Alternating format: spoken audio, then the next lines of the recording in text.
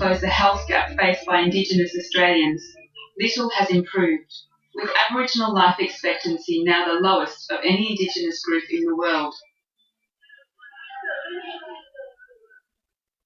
It's a poverty. We live in a poverty. We live in poverty. But that wasn't our problem. But that wasn't our problem. We were rich. We were rich. We were rich. We were rich. We were living alone. We were living alone in our country. Before the arrival of missionaries in 1942, the Yolngu lived a nomadic life on their ancestral clan estates, now known as homelands. In olden days, people used to be fine with sickness at all, nothing sickness. They used to not get sick. They was always healthy. Because all not the time. that, in Aboriginal food is balanced. Their food is balanced. All original, grown from their land. So my mom was born in 1940. People doesn't live in one place all the time. They wasn't never in one place. Place to place. They always moved place to place. Mainly missionary people make us stay in one place. Missionary made them stay in one place. And give us ration, ration house, and all those. In the mission like Kalimantan and many other places, we've been taken away from our estates. We're being taken away from our estate. Our country. Where there's a value, where there is a taka, a really good taka. A good food, a natural food, we were taken away. All their natural foods were taken away. Welfare, we've been taken by away. Church and we were put into the yards, and they said to us, stay in the yard.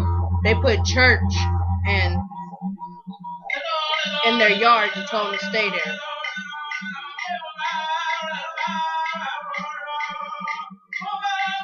The imposition of this new way of life has been shown to cause ongoing problems for Indigenous people in Australia. People who are predominantly based in townships, they don't get enough exercise. Their nutrition is much poorer, and subsequently the greater rates of obesity and high blood pressure. They got a grocery store. They ain't never had a grocery store. Indigenous Australians are now up to 40 times more likely to die from diabetes than non-Indigenous Australians, a disease that had never existed before the arrival of Europeans. It wasn't our dream to come to the earth. It wasn't our dream. It wasn't our dream to come and eat in a white man's table. It wasn't our dream to come and eat at a white man's table. It wasn't our dream to come and wear white man's clothes. It wasn't in our dream to wear white man clothes. It wasn't our dream to work for the white man. It wasn't our dream to walk as a white man as a slave. We were free people. We were free people.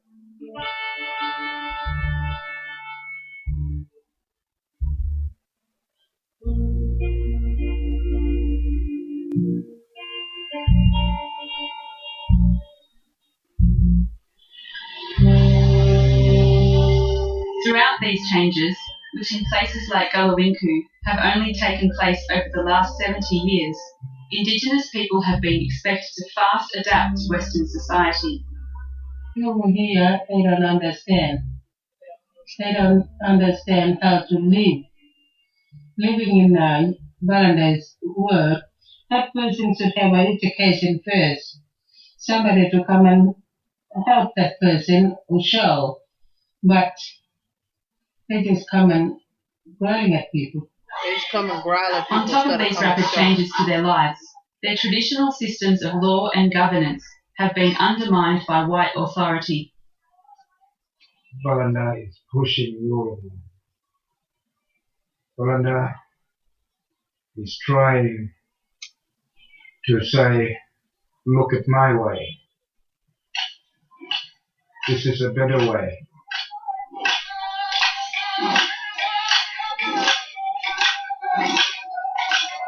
Aboriginal law is still alive today and still practiced. Ceremony are still alive. What's been happening in the last 100 years or more is that we are standing in the two laws.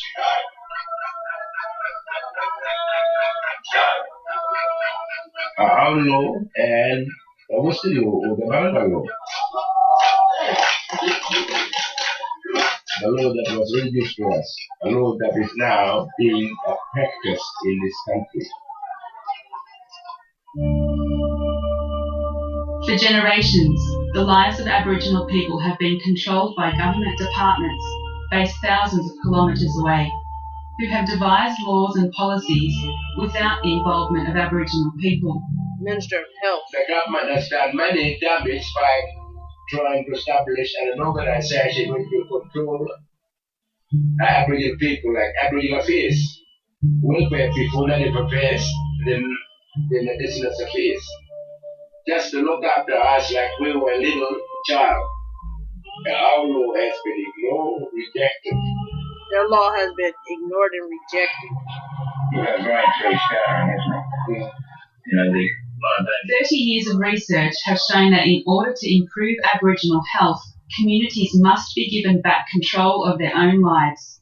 Aborigines are not consulted about policy and planning. In many cases, Aborigines want to be involved and really care enough, but they can't get involvement at other than a most menial level. And this is appalling. This is particularly so in West Australia and in the Northern Territory. And they should be, in fact, making decisions and being consulted effectively.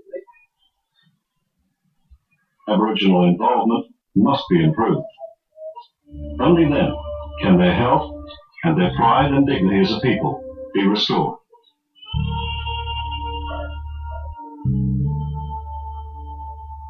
To this day, however, this specialist research has been ignored.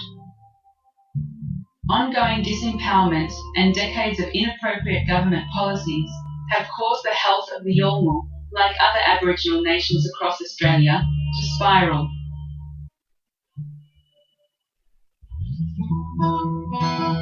In 2007, Gulawinku had a glimpse of hope that things would finally change in their community.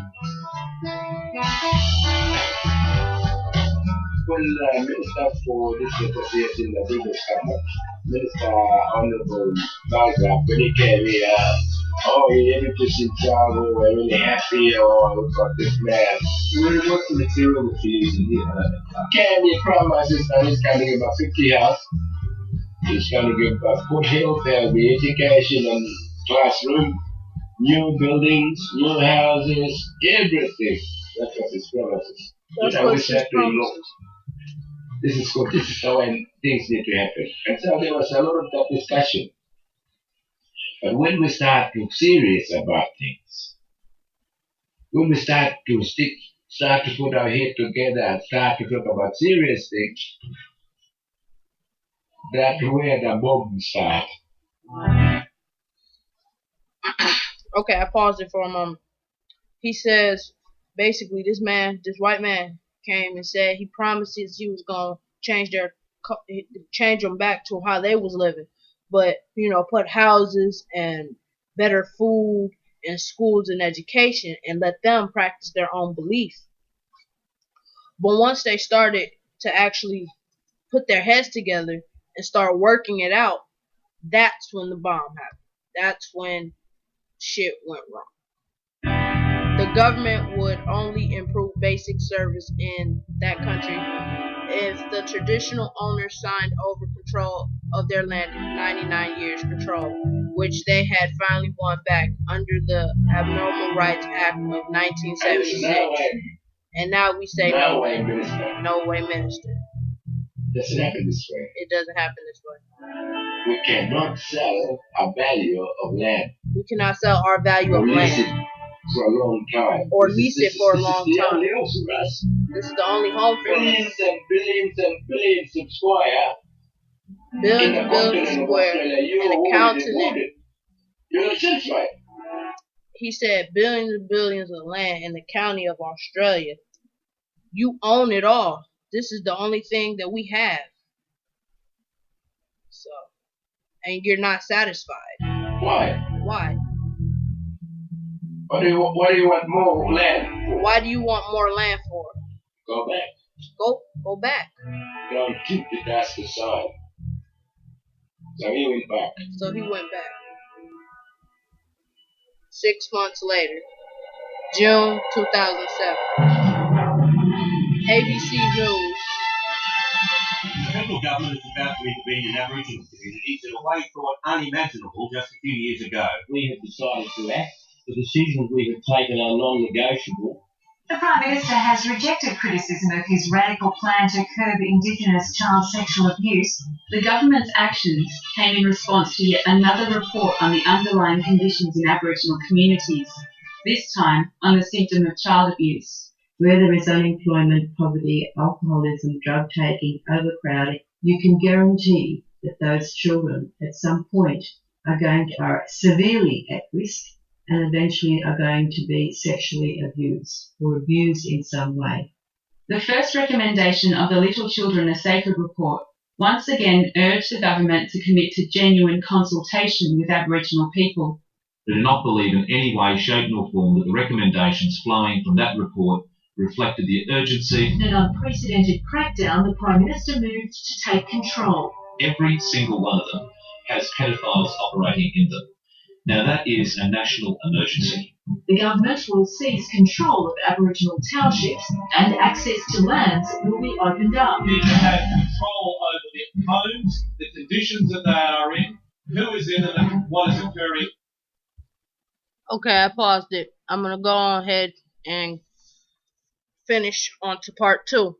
But do you see what has happened? None of them drugs or alcohol was even in their land before the Europeans got there. So stay tuned to part 2.